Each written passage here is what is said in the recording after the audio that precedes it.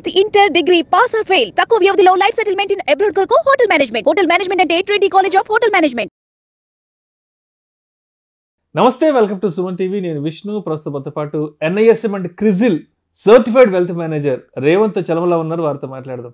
నమస్తే రేవంత్. నమస్తే అండి. రేవంత్, బంగారం ధరలు బాగానే తగ్గాయి అనిపిస్తుంది. లాస్ట్ ఒక 2-3 మంత్స్ బ్యాక్ వరకు ఉన్న ధరలు ఏవైతే ఉన్నాయో ఇప్పుడు కంపేర్ చేసుకుంటే చాలా తగ్గాయి. దాదాపు ఒక 3 నుంచి 4 వేల రూపాయల వరకు తగ్గాయి.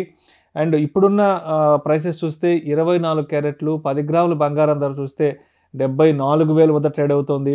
22 క్యారెట్లు 10 గ్రాములు చూసినట్లయితే మనం దగ్గర 66,000 దగ్గర ట్రేడ్ అవుతుంది.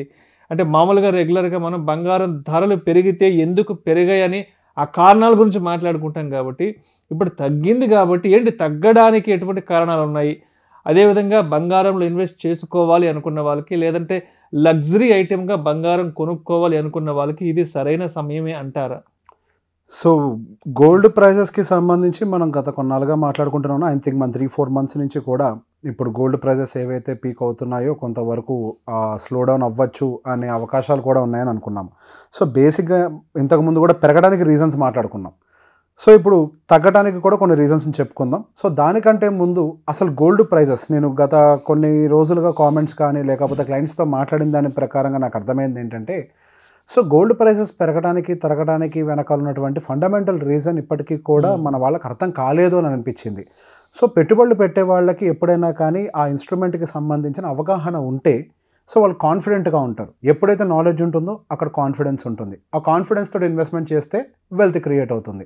సో గోల్డ్కి సంబంధించి కొంత బేసిక్ అండర్స్టాండింగ్ చేసుకోవాలి. సో బేసిక్గా మనకి గోల్డ్ యొక్క ప్రైజెస్ ఇంతకుముందు బాగా పెరగడానికి గల కారణం ఏంటి అని అంటే US$ మీద ట్రస్ట్ తగ్గిపోవటం. సో బేసిక్గా రిజర్వ్స్ అన్నీ కూడా ఇంతకుముందు మనకి గోల్డ్ ఇన్స్టెడ్ ఆఫ్ గోల్డ్ అంతా $లో రిజర్వ్స్ ఉండేవి. వరల్డ్ ఎకానమీలో దాదాపుగా మనకి ఫ్యూ ఇయర్స్ బ్యాక్ అది 75 to 80% ఆఫ్ ద రిజర్వ్స్ అన్నీ కూడా $లో ఉండేవి. అది కాస్త 50-45% కూడా పడిపోతూ వస్తుంది. సో బేసిక్గా ట్రస్ట్ అనేది కూడా తగ్గిపోతుంది. సో బేసిక్గా $, యొక్క ప్రామిస్ ఏంటి అని అంటే, మీరు $, ఇస్తే దానికి ఈక్వలెంట్గా మేము గోల్డ్ ఇస్తాం అనేది ఇంతకుముందు ఒక ప్రామిస్ ఉండేది. తర్వాత వాళ్ళకి రిసెషన్ 1970లో వచ్చినప్పుడు ఆ ప్రామిస్ని సస్పెండ్ చేశారు. సో మేము ఇప్పుడైతే ఇవ్వలేము అని చెప్పి సస్పెండ్ చేశారు. అండ్ ఆ తర్వాత ఏం చేశారు, వాళ్ళకు ఉన్నటువంటి ట్రెజరీ బిల్స్కి అగెనెస్ట్గా గోల్డ్ $, స్టోరేజ్ని పెట్టడం మొదలుపెట్టారు. ఆ తర్వాత రష్యా-ఉక్రెయిన్ వార్ జరిగినప్పుడు వాళ్ళు ఏవైతే రిజర్వ్స్ ఆఫ్ రష్యా ఉన్నాయో వాటిని ఫ్రోజన్ చేశారు. సో బేసిక్ ఇట్లా రకరకాల థ్రెట్స్ కనిపిస్తున్నాయి. సో యుఎస్తో గొడవ పెట్టుకుంటే అయితే ఫ్రోజన్ చేస్తారు, లేకపోతే ఉన్నట్టుండి మేము గోల్డ్ ప్రామిస్ని ఎత్తివేస్తున్నామని అంటారు. ఇట్లా రకరకాల సమస్యలు కనిపిస్తున్నాయి. అండ్ దానికి తోడు ఇంతకుముందు కూడా మనకి క్రూడ్ ఆయిల్ పర్చేస్ జరగాలన్నా ఏం జరగాలన్నా అది $, తోటి ముడిపడి ఉండేది. సో బేసిక్ ఇట్స్ అంటే ఇంతకుముందు వాళ్ళతో అగ్రిమెంట్ జరిగింది, సౌదీ అరేబియా వాళ్ళతోటి అగ్రిమెంట్ జరిగింది. సో బేసిక్గా ఏవైతే క్రూడ్ ఆయిల్ వెల్స్ ఏవైతే కంట్రీస్లో ఉన్నాయో ఆ కంట్రీస్ అన్నిటితో అగ్రిమెంట్ ప్రకారం ఏంటి అని అంటే, మీరు ఏం ఎక్స్చేంజ్ జరగాలన్నా కానీ త్రూ క్రూడ్ ఆయిల్ చేయాలని చెప్పారు. సో కొంతకాలం పాటు అది కూడా నడుచుకుంటూ వస్తుంది. So over the period of time okay వీళ్ళతోటి రిస్క్ పెరుగుతుంది, డబ్బులు కూడా అడ్డగోలుగా ప్రింట్ చేస్తున్నారు. వాళ్ళు ఏం చెప్తున్నారు, మీరు మాకు నోట్ ఇస్తే మేము గోల్డ్ ఇస్తామంటున్నారు, మీరేమో నోట్లు పెంచుకుంటూ వెళ్తున్నారు. సో డాలర్ వాల్యూ పడిపోతుంది కదా. అంటే మేము ఒక నోటుకి ప్రీవియస్గా వచ్చే గోల్డ్తో కంపేర్ చేసి ఇప్పుడు వచ్చే గోల్డ్ తగ్గిపోతుంది. అంటే ఎవరైతే హోల్డింగ్ పెట్టుకున్నారో కంట్రీస్ వాళ్ళ యొక్క విలువ పడిపోతుంది, రిస్క్ పెరుగుతుంది అన్న భయంతో గోల్డ్ రిజర్వ్స్ని పెంచడం మనం గత 6 నెలలుగా గమనించాం.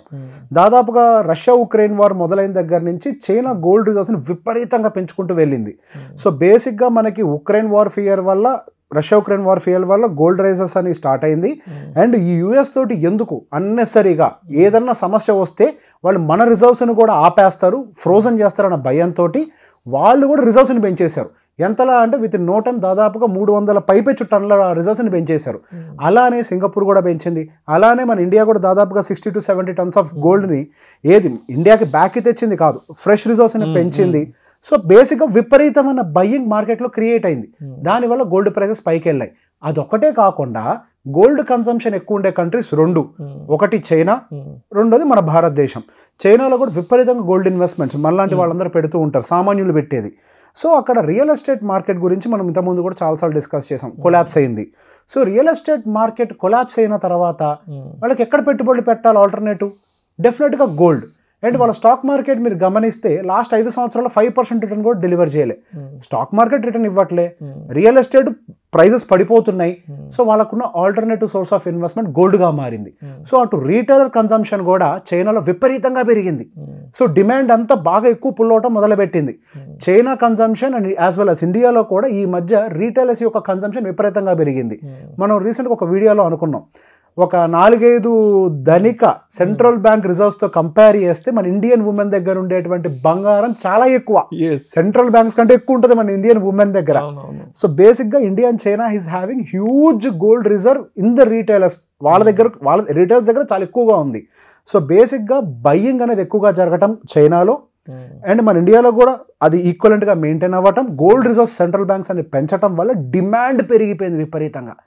సో ఎప్పుడైతే మెటీరియల్ తక్కువగా ఉండి బయ్యింగ్ ఎక్కువ ఉంటే ఏం చేస్తారు, ప్రైస్ ఎక్కువ పెట్టి అమ్ముతారు. కూరగాయల్లో కూడా జరిగేది అదే కదా, సప్లై తక్కువ ఉంది, డిమాండ్ ఎక్కువ ఉంది, రేట్లు పెంచి అమ్ముతారు. అలానే ఏదైనా అంతే, supply and demand. So demand ఎక్కువ ఒకేసారి ప్రెషర్ రావడం వల్ల గోల్డ్ ప్రైసెస్ ఇట్లా షార్ప్గా పెరిగిపోయాయి. ఎప్పుడైనా స్టడీగా ఇలా పెరగాల్సిందల్లా ఇలా వెళ్ళిపోయింది గోల్డ్ ప్రైస్. ఇప్పుడేం జరుగుతోంది, చైనా వాటి యొక్క బయింగ్స్ని ఆపేసిందని చెప్పి లాస్ట్ మంత్ ఒక స్టేట్మెంట్ ఇచ్చింది. సో ఆ స్టేట్మెంట్ని బేస్ చేసుకొని మనకి బై డిఫాల్ట్గా మళ్ళీ వాళ్ళు కొంటారో తెలియదు. హవెవర్ ఒక రిజర్వ్ బ్యాంక్ కొనే అంతగా నార్మల్ మార్కెట్ కొనలేదు ఒకేసారి ఎక్కువ. వాళ్ళది ఎప్పుడు కూడా ఒక స్టాండర్డ్ లెవెల్లో ఉంటుంది, ఎవ్రీ మంత్ ఇంత టన్స్ అనేది.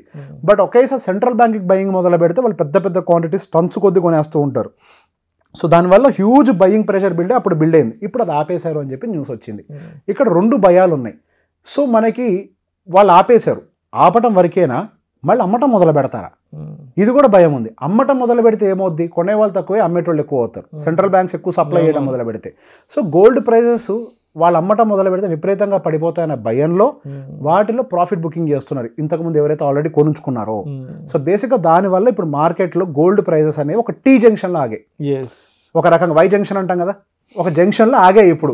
సో ఇక్కడ నుంచి పైకి వెళ్ళాలా కిందకి వెళ్ళాలా అనేది నెక్స్ట్ సెంట్రల్ బ్యాంక్స్ యొక్క నిర్ణయాన్ని బేస్ చేసుకొని ఉంటుంది. ఒక రకంగా ఇప్పుడు జూన్లో ఉన్నాం కదా మనం, ఈ జూన్ ఎండింగ్ టైంకి మళ్ళీ బ్యాంక్స్ యొక్క అప్డేట్స్ వస్తుంది. ఆ బ్యాంక్ యొక్క అప్డేట్స్ ప్రకారం వాళ్ళ రిజర్వ్స్లు పెంచారా, రిజర్వ్స్ని తగ్గించారా, లేదా అలానే ఉంచారా అన్న దాన్ని బేస్ చేసుకొని డైరెక్షన్ తీసుకుంటుంది. సో బేసిక్గా ఇది ఫండమెంటల్గా. సో మనం దాన్ని ఓవరాల్గా మనం కొనాలా, పెట్టుబడులు పెట్టాలా అంటే కూడా కొన్ని రీజన్స్ ఉంటాయి. సో బేసిక్గా మనం ఎప్పుడైనా గోల్డ్ రిజర్వ్ మన దగ్గర కూడా ఒక ఇండివిజువల్గా మన వెల్త్లో ఒక పోర్షన్గా మెయింటైన్ చేయాలి. ఎందుకు, మనీ అనేది కాలిస్తే కాలిపోయేది, అవసరమైతే ప్రింట్ చేయొచ్చు, లేకపోతే ఆపేయచ్చు. కానీ గోల్డ్ ఇట్స్ లిమిటెడ్. సో ప్రపంచంలో ఉన్న బంగారం మొత్తాన్ని గోల్డ్ బార్స్లో కన్వర్ట్ చేస్తే 23 metres by 23 metres by 23 metres ఒక క్యూబ్లో ప్రపంచంలో ఉన్న బంగారం అంతా పట్టేస్తుంది. So it is limited. ఏదైతే లిమిటెడ్గా ఉంటుందో వాటి వాల్యూ అనేది ఎక్కువగా పెరుగుతూ ఉంటుంది over the period of time. దాన్ని కొనాలనుకునే వాళ్ళ కోరికలు పెరుగుతాయి, దానికి అనుకూలంగానే రేట్లు కూడా పెరిగిపోతూ ఉంటాయి. లిమిటెడ్ రిసోర్స్ అనేది ఎప్పుడైనా అంతే. మనకి ఇంకోటి బ్లాక్ గోల్డ్ ఉంది, క్రూడ్ ఆయిల్, అది కన్జంప్షన్, ఆవిరైపోవచ్చు, కాలిపోవచ్చు, వాడేస్తాం. కానీ ఇక్కడ మనకి తరగంది ఏంటి, బంగారం. మీరు అయితే ఆర్నమెంట్గా మార్చొచ్చు, లేదా ఆర్నమెంట్ నుంచి బిస్కెట్గా మార్చొచ్చు. ఇక్కడ తరగదు, కరగదు. సో ఇది ఎప్పుడు కూడా లిమిటెడ్ రిసోర్సే. సో బేసిక్గా లిమిటెడ్ రిసోర్స్ ఏదైతే ఉంటుందో, ఇప్పుడు మనకి భూమి విలువలు కూడా ఎందుకు పెరుగుతాయి, లిమిటెడ్ రిసోర్స్. మీకు కావాలి అంటే సృష్టించగలుగుతాం ఆ భూమిని, బంగారాన్ని సృష్టించగలుగుతారా, ఇవి సృష్టించలేనివి. సృష్టించలేని దానికి ఎప్పుడైనా విలువ ఉంటుంది. కాకపోతే మన ఎంట్రీ అనేది మంచి టైంలో తీసుకుంటే, అంటే కొద్దిగా ఇట్లా 5% డిస్కౌంట్ వచ్చినప్పుడు, లేదా ఇంకో 5 కూడా పడచ్చు. నేను అది కూడా చెప్తున్నాను కదా, నెక్స్ట్ వస్తున్న అప్డేట్లను బేస్ చేసుకొని ఇంకొక 5% అంటే ఇంకొక 3-4 వేల రూపాయలు కూడా కిందకి రావచ్చు, అది కూడా అవకాశం ఉంది. సో ఇట్లాంటప్పుడు కొద్దిగా బై చేసి పెట్టుకుంటే, అటు డిజిటల్ గోల్డ్ అయి ఉండొచ్చు, లేదా ఆర్నమెంట్ అయితే ఫంక్షన్లు ఉంటేనే మీకు అవసరం ఉంటే కొనుక్కోండి, లేదా డిజిటల్ గోల్డ్ 6 నెలలకు ఒకసారి సోవరెన్ గోల్డ్ బాండ్స్ వస్తాయి, అందులో పెట్టేయండి. లేకపోతే మ్యూచువల్ ఫండ్ గోల్డ్ బాండ్స్ ఉంటే పెట్టేయండి, స్టాక్ మార్కెట్లో గోల్డ్ బీస్ ఉంటే పెట్టేయండి. సో బేసిక్ ఎందులోనైనా మనకి తక్కువలో దొరికినప్పుడు అక్యూములేట్ చేసి పెట్టుకుంటే ఎటువంటి బ్యాడ్ సిచ్యువేషన్ వచ్చినా విలువ పెరిగేది బంగారానికే. బ్యాడ్ సిచ్యువేషన్స్లో ఎప్పుడు ఆదుకునేది బంగారమే, అండ్ దాని విలువ ఎప్పుడు పెరుగుతూనే ఉంటుంది, because it is a limited. So బేసిక్గా బాండ్ అనగానే మన చేతిలో గోల్డ్ ఉండదు కానీ కంగారు పడద్దు. It is a promise that మీరు ఈ బాండ్ ఇస్తే నీకు గోల్డ్ ఇస్తాను అని. మీరు మ్యూచువల్ ఫండ్ కొన్నారు అనుకోండి, it is a promise that అంత రిజర్వ్ గోల్డ్ మా దగ్గర ఉంది అని. It is a promise. బంగారం లేకుండా ఆన్లైన్లో ఏది ట్రేడ్ కాదు. ఫిజికల్గా గోల్డ్ని పెట్టుకొని ప్రతి దాన్ని ట్రాన్స్పోర్ట్ చేయలేము, స్టోరేజ్ చేయలేము, కాబట్టి ఒక దగ్గర పెట్టి దాన్ని బాండ్స్ రూపంలో, కాగితాల రూపంలో ఇష్యూ చేస్తారు అంతే. సో పెట్టుబడులు పెట్టేవాళ్ళు మీరు ఒక పేపర్ రూపంలో దాన్ని కొనుక్కొని పెట్టుకోండి. It is a promise by the government, I have the gold, I will give it to you అని. లేదు మీరు నాకు మీరు గోల్డ్ అది బాండ్ ఎక్స్చేంజ్ అప్పుడు ఏం జరుగుద్ది, ఆ రోజున్న గోల్డ్ వాల్యూకి మీకు డబ్బులు ఇచ్చేస్తారు కదా. So it's a promise. End of the day gold gives you definitely good return, there is no doubt. But buy it in limit. అగ్రెసివ్గా ఇప్పుడు చెప్పాం కదా అని చెప్పి విపరీతంగా గోల్డ్లోనే పెట్టుకుంటూ పోయారనుకోండి, మీకు ఫైనల్గా ఒక టైంకి గోల్డ్ ఆగిపోయి భూములు పెరగచ్చు, రియల్ ఎస్టేట్ పెరగచ్చు. ఇట్లా రకరకాల సిచ్యువేషన్స్ ఉంటాయి. ఎప్పుడు కూడా ఇవన్నీ ఇన్వర్స్లీ ప్రపోర్షనేట్. రియల్ ఎస్టేట్, ఈ స్టాక్ మార్కెట్, గోల్డ్ ఇవన్నీ కూడా ఒకటి పెరిగితే ఒకటి తగ్గుతూ ఉంటుంది. ఇప్పుడు ఏదో అనుకోకుండా అన్ని ఒకేసారి పెరిగాయి, ఇది ఒక ర్యాండమ్ సిచ్యువేషన్, ఎప్పుడో ఒకసారి జరిగేది. సో బేసిక్గా అన్ని అసెట్ క్లాసెస్లోకి డివైడ్ చేసుకోండి, గోల్డ్కి ఖచ్చితంగా వెయిటేజ్ ఇవ్వండి. Thank you so much Revanth. Thank you అండి. బంగారం ధరలు ఎందుకు తగ్గుతున్నాయి అండ్ భవిష్యత్ అవసరాల కోసం మరి ఇప్పుడు బంగారం కొనొచ్చా కొనిపెట్టుకోవచ్చా అనే అంశం గురించి చాలా చక్కగా మేము విశ్లేషణ తెలియజేస్తాం. Thank you so much Revanth. Thank you sir. Suman టీవీలో మీ పర్సనల్ అండ్ బిజినెస్ ప్రమోషన్స్ కోసం కింది నెంబర్కి కాంటాక్ట్ చేయండి.